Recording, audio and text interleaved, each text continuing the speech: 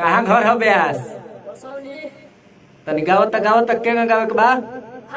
बड़ी मुश्किल से सखी लागो शादी लागो ताकि बाजा फेरू असो नहीं बाजी आ देखी देखी के मन होता डाउन जब से भइल बा लॉकडाउन आई है सोची न सोई रे लागो ताकि फेरू असो हमरा बियाह न होई रे लागो ताकि फेरू असो बियाह न होई। काहे बियाह रोकल बा ब्यास? लॉकडाउन के चलते। अच्छा लॉकडाउन में बियाह रोकल बा तो वही गले जाके माजा मार के छोड़ देला बियाह कइले बिना भसत रह हैं। गाओ तन बीट पर गाओ तू ब्यास बजाई गई बो हैं आओ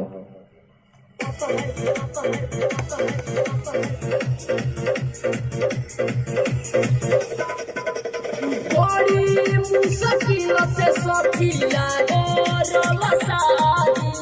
लागो ताकि बाजा फेरू असो नहीं बाजी बड़ी मुश्किल से सखी लागो शादी लागो ताकि बाजा फेरू असो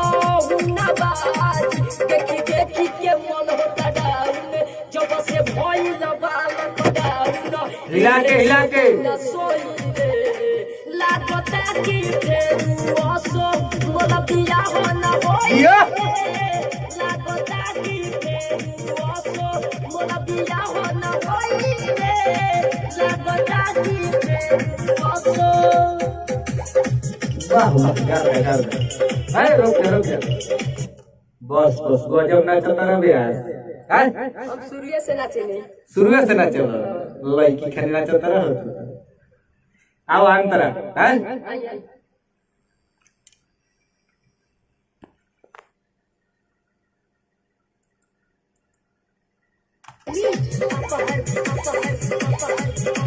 आ जाओ हिला के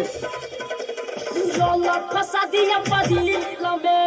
बड़ा चोट लागल बदिल में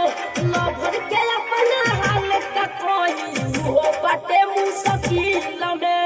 आज रे दइयो फसा दिया बदिल में बड़ा चोट लागल बदिल में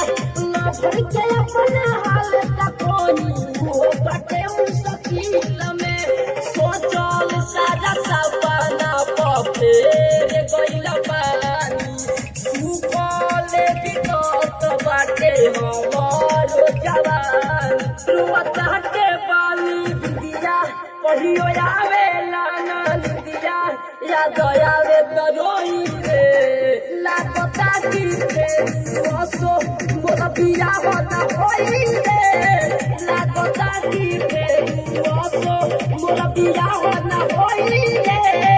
लागता कि फेरू असो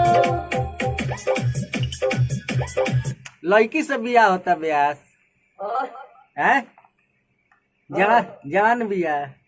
ना हो छोटे बियाह लास्ट डांस रहा तरी बढ़िया से तरी डांस ना भइल अब की तरी बढ़िया से हिला के हैं आओ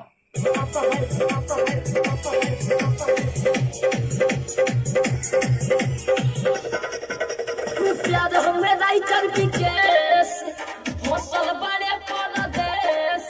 आ पैसे बताई आनंद खुशवा भइल बपगली के भेष ए राजा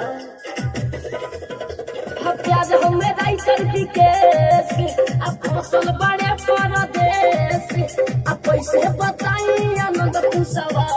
भइल बपगली के भेष बढ़ल लॉकडाउन बाटे मन घबराई जोहिया से भारत में कोरोना बाटे आई कैसे कोही कहलो न जाला बोली बिहारी सहलो न जाला शादी कैसे के होई रे लागता कि फेरू असो मोला बियाह न होई रे लागता कि फेरू असो तोरा सदियो ना होई रे